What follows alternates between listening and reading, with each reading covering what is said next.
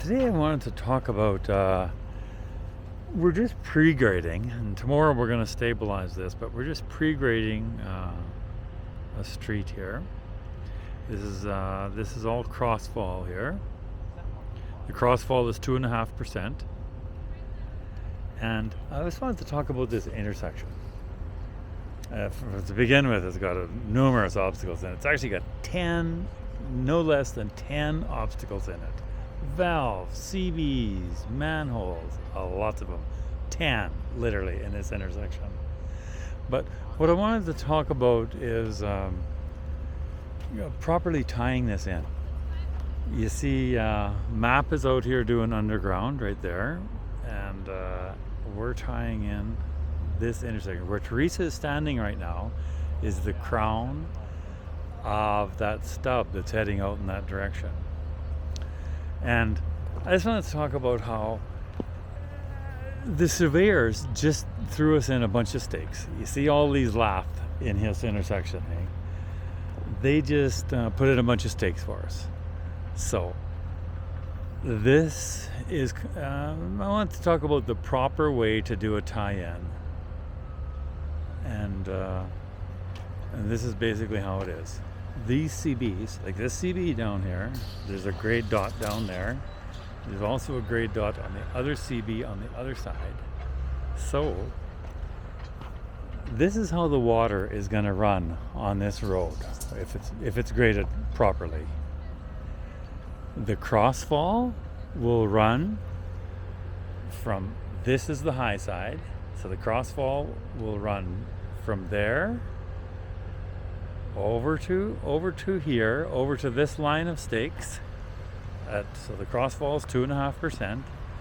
It'll run to this line of stakes, you see, and the water is going to end up at this CB. See, there's a CB right there, and so the water is going to run to that CB, that catch basin, and there's another catch basin on the other side. Now you see, we just by going by these stakes, there's a cut of 5 centimeters there. There's a cut of 10 centimeters at the crown, and the other one's a cut of 7. Here there's only a cut of 3, but Teresa just calculated, by using her boning rods, she calculated that from the CBs, from this center line, from the crown line here, out to the CBs, there's an 18 centimeters difference. So right at the crown line here is 18 centimeters higher than the CBs. So basically they've designed, you can see how they've designed it so the water runs from the high side of the road, across the 2.5% crossfall, and then the water comes to this point and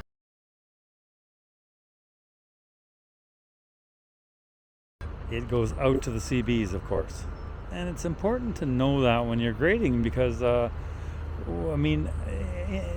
here we're just pre-grading, but when you place the gravel here and when they pave it, water's got to run to the CBs, so that if you design these properly, you won't get a bird bath in the asphalt.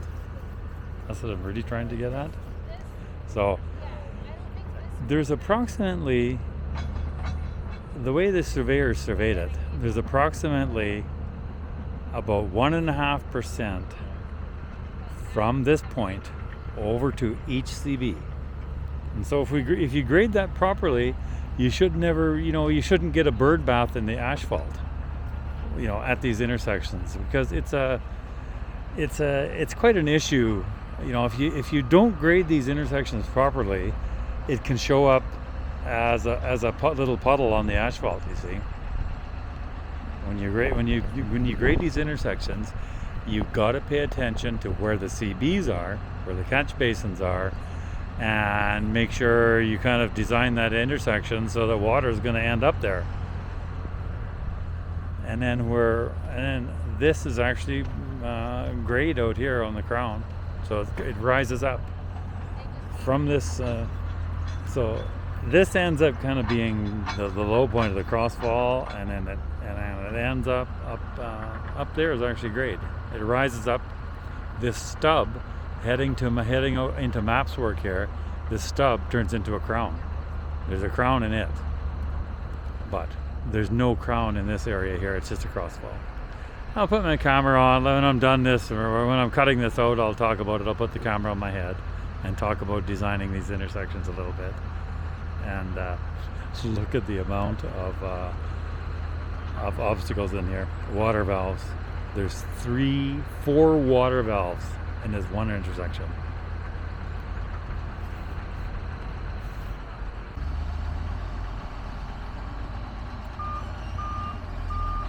Thank you to Symphony for shooting this footage for me.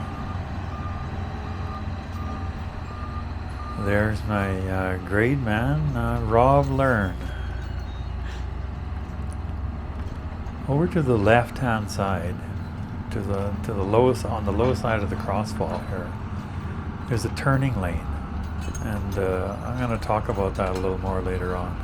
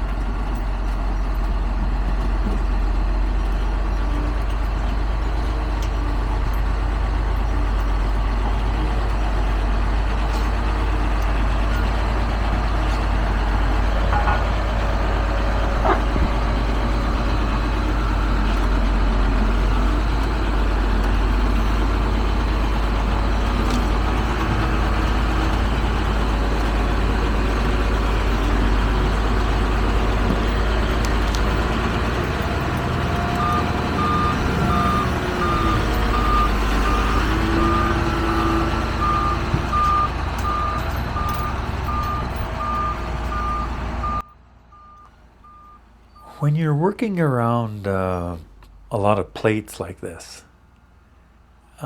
make sure you keep the plates exposed. Like, don't cover them up. That way you'll remember where they are. And if you, here's a little tip.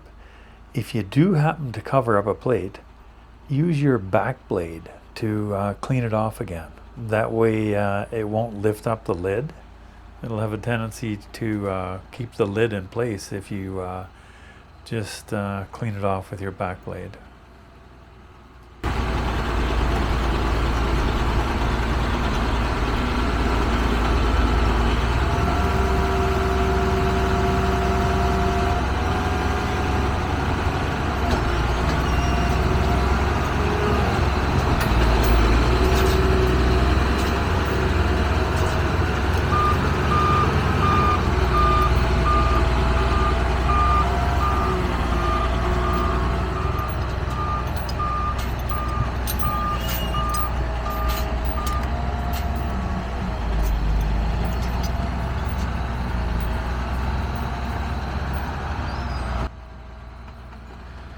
This clay is really hard to cut, and you'll see that I'm even spinning out with my grater here in spots trying to cut it. Now this stub that I'm heading to here, I'm deliberately pushing this extra material out the end of this stub because I wanted to extend it a little farther, you know, anyway. And right where my blade is there right now, it's actually kind of a high point. It increases in grade as you head out this stub, so it's a good idea to just extend it out a little farther. It makes it easier for everybody. It makes it easier to stabilize, and it makes it easier to pave and to gravel and everything else because you got something to sit on out there. So that's why I intended to take this material and use it to kind of extend this stub a little farther.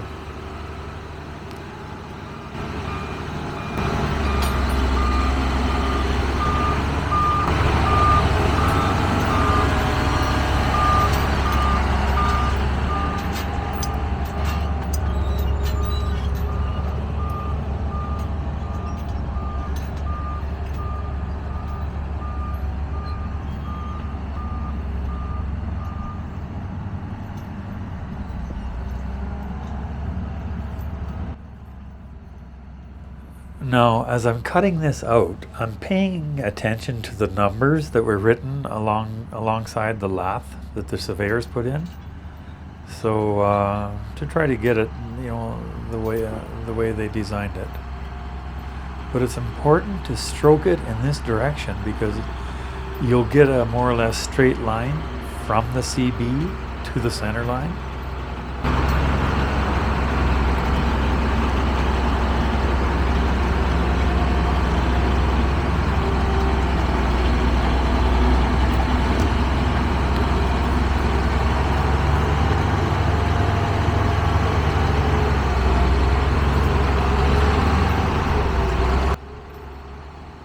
Now, where I'm driving my grader right now is actually a future turning lane.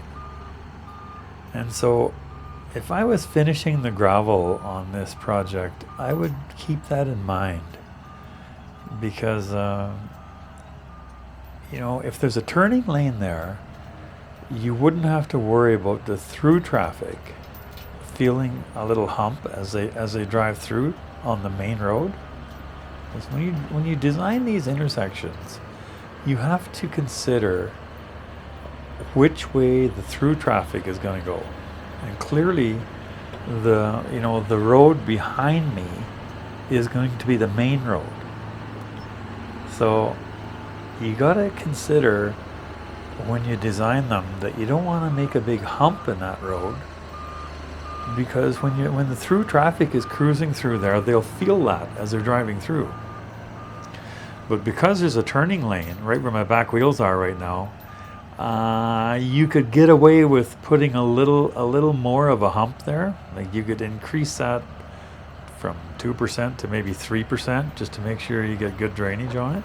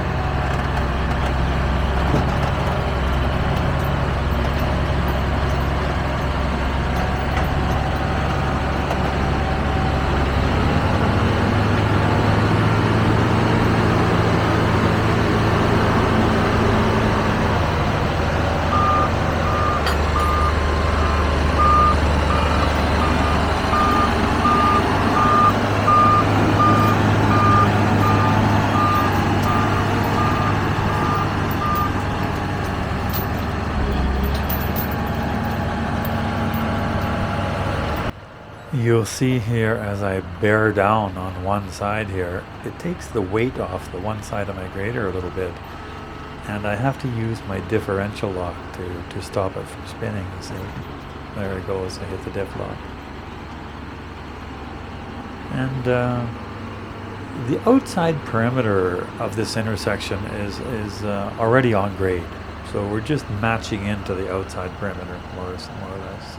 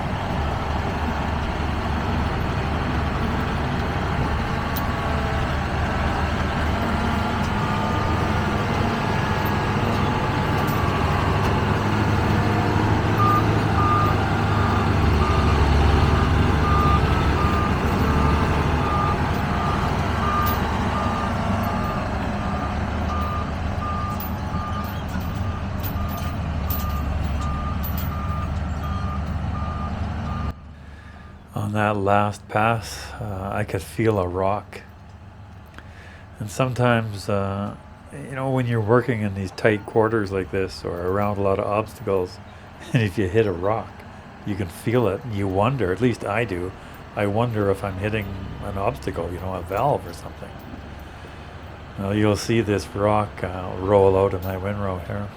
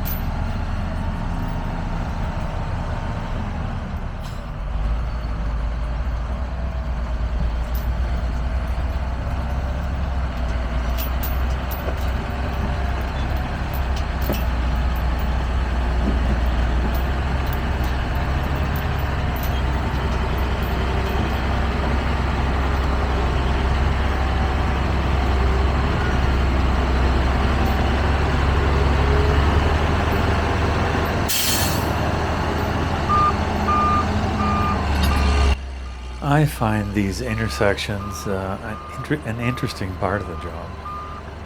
Now, every one of them are a little bit different. And before you tackle these intersections, keep a few things in mind. Well, first one is, where is the water going to run? Take a look at where the CBs are and consider where the future water is going to go. And mostly you design it off of that basis. But also keep in mind which way the through traffic is going to be. You see? You could keep in mind where the future stop sign is going to be. And that might determine the design of the road a little bit too. I hope you enjoyed this, and I hope you learned something from it, and we'll see you next time.